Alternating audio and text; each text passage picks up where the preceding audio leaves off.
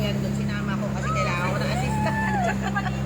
Paminsan po siguro rin, tanggiro din. Ha? Tanggiro po minsan. Sigurado. Nag-uumpisa pa lang kami. Umiinom na.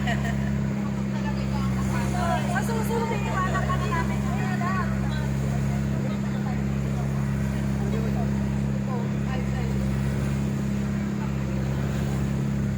Tumanuwaya.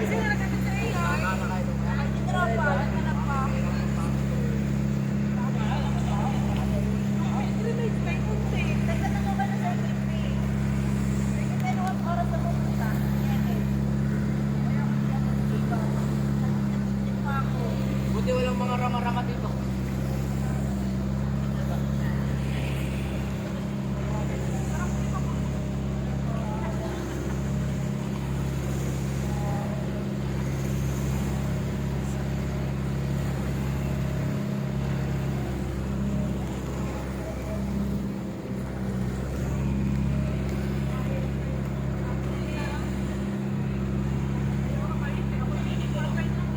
Malalim pa yung ano dito, isang tao lang pa sa tao.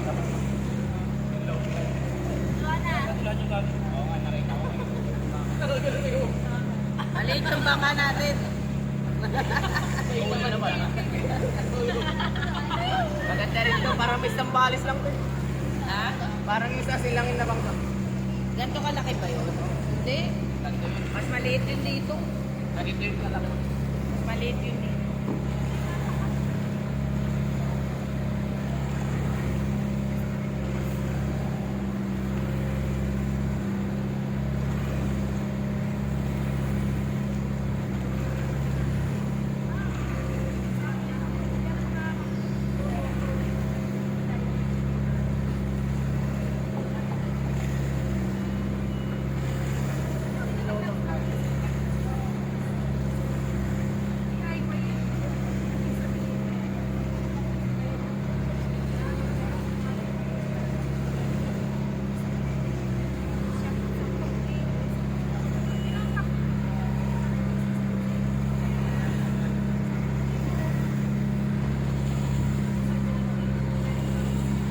Mahal na sibuyas dito. 100.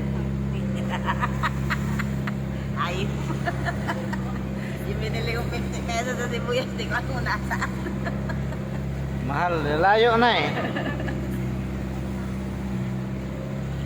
Malayo na. Sabi ko na, may mahal na sibuyas rito. Bakit kasi hindi ka pa pumili doon? Bumili na nga ako. Ah. Hindi ko siguro hindi na ilagay sa plastic ko yung ano, sibuyas.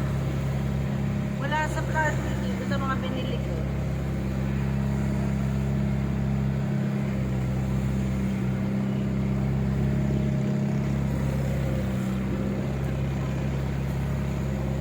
Ang sarap tuloy bumili ng maraming sibuyas yung uwi ko sa Lambat sa Ibes. Ako po kahit 80 pesos lang kilod.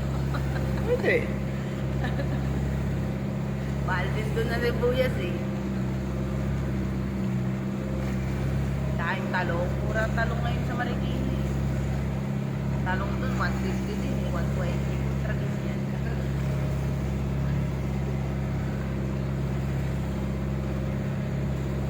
Sarap pa. Sarap pa. Hindi naman parang mga closet na.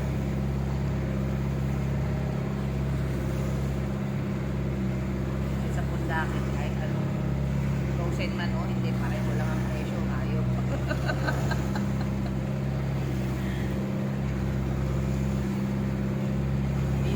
Nakatawa nga ako may nakinukulayaw pa nila ng kulay. Ayop na eh.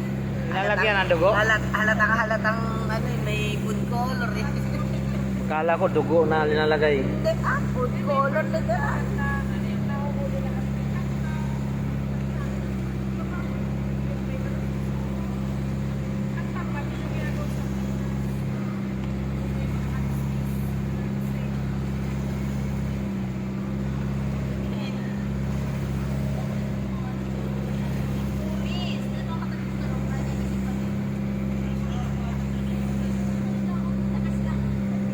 Maraming Plano ko yun.